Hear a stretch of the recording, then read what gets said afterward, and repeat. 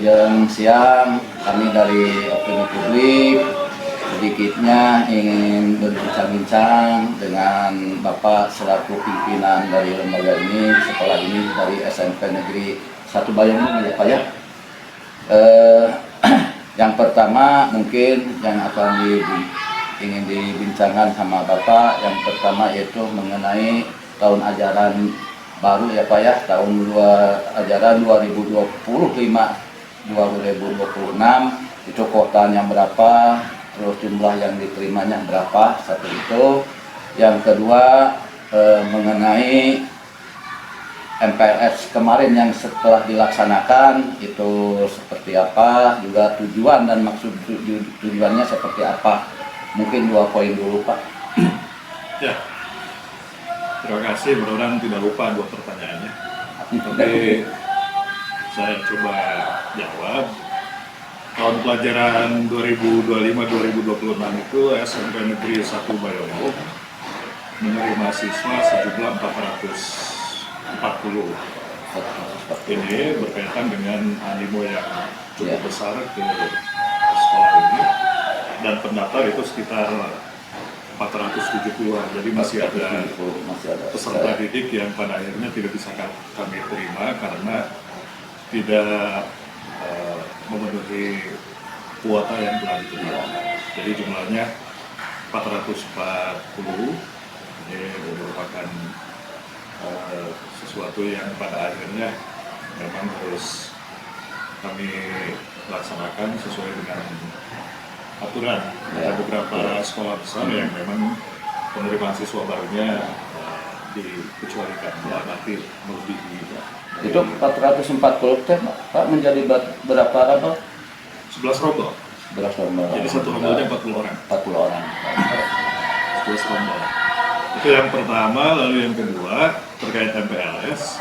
MPLS kita mengacu petunjuk teknis yang dikeluarkan oleh Kementerian dan Dinas Pendidikan dengan tagline ramah. Jadi dalam arti kita menyiapkan MPLS, salah satu tujuannya adalah untuk memberikan ruang bagi murid-murid baru beradaptasi, bersosialisasi dengan lingkungan dan budaya di sekolah kita, sehingga acaranya itu dikemas menyenangkan, informatif, lalu juga memberikan informasi-informasi yang dibutuhkan. Karena itu selain pemateri internal dari guru-guru, kami juga menghadirkan para pemateri dari luar sebagai bentuk dan bagian kerjasama dengan masyarakat.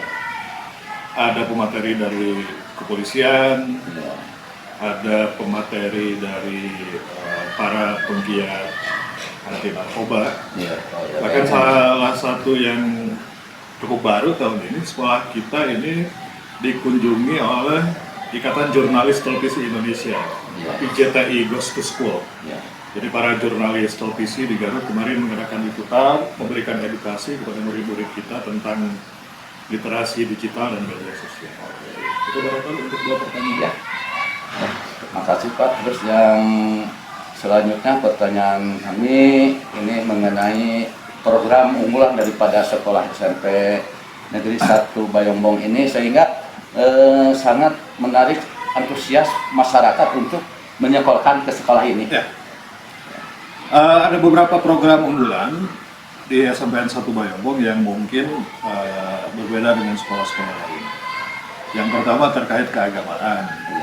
Kita punya program khusus kepesantrenan, dan ini sudah lebih dari 10 tahun program ini, di mana program kepesantrenan ini membekali para peserta didik dengan materi-materi keagamaan yang tujuannya untuk melengkapi pelajaran PAI dan budi pekerti. Di kepesantrenan ini yang menjadi khusus, para pengajarnya bukan guru yang menghidupi kita, tapi para ustadz di sekitar sekolah.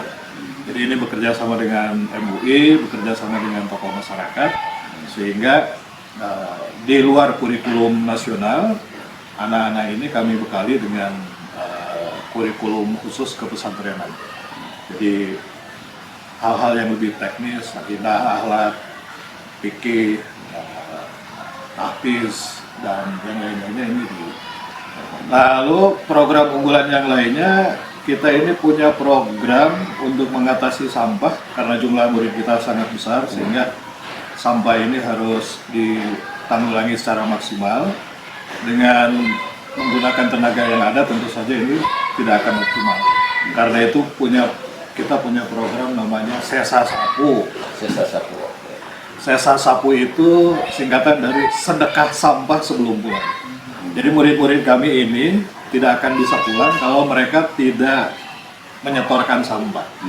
Jadi kalau mereka jajan maka sampahnya akan mereka simpan dan saat pulang mereka akan setorkan. Ada guru, ada petugas yang akan membantu mereka untuk memilah sampah. Jadi dari sampah organik, anorganik, Ya. sampah-sampah berbahaya itu sudah dipilah. Dan ini berlangsung setiap hari. Jadi pulang anak-anak itu ngantri.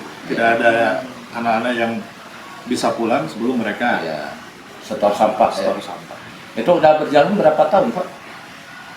Berjalan kurang lebih 1 tahun lah semenjak saya masuk di sini. Alhamdulillah. Semenjak saya masuk. Program lainnya ya salah satunya adalah Pojok Salada. Pojok Salada itu juga program berwawasan lingkungan. Lalu anak-anak juga mulai diarahkan sebenarnya untuk mengerjakan proyek-proyek sosial. Ini bagian dari konsep pembelajaran berdiferensiasi dan mendalam. Salah satunya sudah kita mulai tahun kemarin. Jadi anak-anak di sini ketika kemarin kelas 9 sebelum merayakan kelulusan mereka melaksanakan salah satu project based learning dengan tema kesalehan sosial. Jadi mereka saat merayakan kelulusan itu mereka membersihkan masjid, ada 40 masjid. Ya. Mereka menyantuni kaum duafa, dipilih para lansia, berarti ada 40 masjid, ada 40 lansia, karena dibagi kelompok. Mereka juga mencuci kaki orang tuanya saat perayaan kelulusan. Dan saat pembagian ijazah, mereka itu harus menyetorkan pot bunga, itu bisa dilihat di depan. Ya, Nah, itu dari siswa. Ya. Jadi ijazahnya baru diberikan ketika mereka menyetorkan pot yang terbuat dari bahan daur ulang. Itu Ya. Terus yang selanjutnya, Pak, itu jumlah dari siswa ya yang kelas 7 sampai kelas 9 itu berapa, Pak, jumlahnya? sekarang di kisaran 1.225 orang. Ya, dominan ya, alhamdulillah. Alhamdulillah, karena siswa di sini kan tidak hanya orang Bayombong, ada kecamatan Tetangga ya. Cigedug, Sukarasmi, Cisurupan, perbatasan Cilawu. Ya berkaitan juga dengan lokasi yang strategis, mungkin juga berkaitan dengan historis karena sekolah kita ini kan usianya sudah 60 tahun. Ya, ya. Kemudian, Lanjut masalah ini, Pak, masih sebagai kan sekolah kita ini apa sesuai instruksi daripada MK itu gratis ya, Pak ya. ya. Itu ada hal-hal yang lain tidak selain ya digratiskan, itu ada hal semacam kan ada kiat-kiat ciri khas tersendiri daripada sekolah masing-masing ya, Pak ya, seperti sekolah sampai ini ada baju batiknya, ada baju olahraganya, itu seperti apa, Pak? Ya, kalau sekolahnya sekolah gratis, artinya anak-anak itu tidak harus mengeluarkan untuk hal-hal yang berkaitan dengan proses pembelajaran. Tapi kalau berkaitan dengan kebutuhan pribadi kan negara juga tidak menanggung. Arti kebutuhan alat tulis, kebutuhan seragam. Kita tidak menjual seragam yang ada di pasar, seragam pramuka, seragam biru putih itu tidak dijual. Iya. Termasuk kami sekolah tidak menjual. Tapi kalau berkaitan dengan baju khas, ciri khas, gitu kan, Pak. Karena ini memang juga berkaitan dengan identitas sekolah, tentu tidak bisa dijual. Makanya ada koperasi yang menyediakan. Nah, tentu saja kami menyediakan itu dalam konsep tidak memaksa. Dalam arti ketika mereka memiliki rezeki, punya ini, silakan. Dan itu bisa dicicil. Tetapi semua akan mendapatkan seragam tersebut. Dan nanti untuk anak-anak dari keluarga tidak mampu, itu kita akan berikan. Dari mana? Sebagian diantaranya mungkin dari sedikit keuntungan dari koperasi itu dikembalikan lagi untuk anak-anak yang tidak mampu. Jadi selama ini sebenarnya tidak ada masalah karena konsepnya kita tidak memaksa. Ah, Tidak memaksa, lantas disesuaikan dengan kemampuan orang tua, mau mencicil berapa kali. ya. Itu Pak, apa saja yang ini sama sekolah Pak? Baju batik seperti olahraga mungkin ya? Baju batik, olahraga, atribut, Atribut.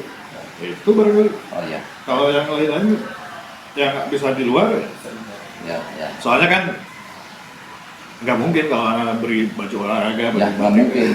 Pasti bakal Tapi, yang memang tadi- corang jadi tidak sama ya Pak ya?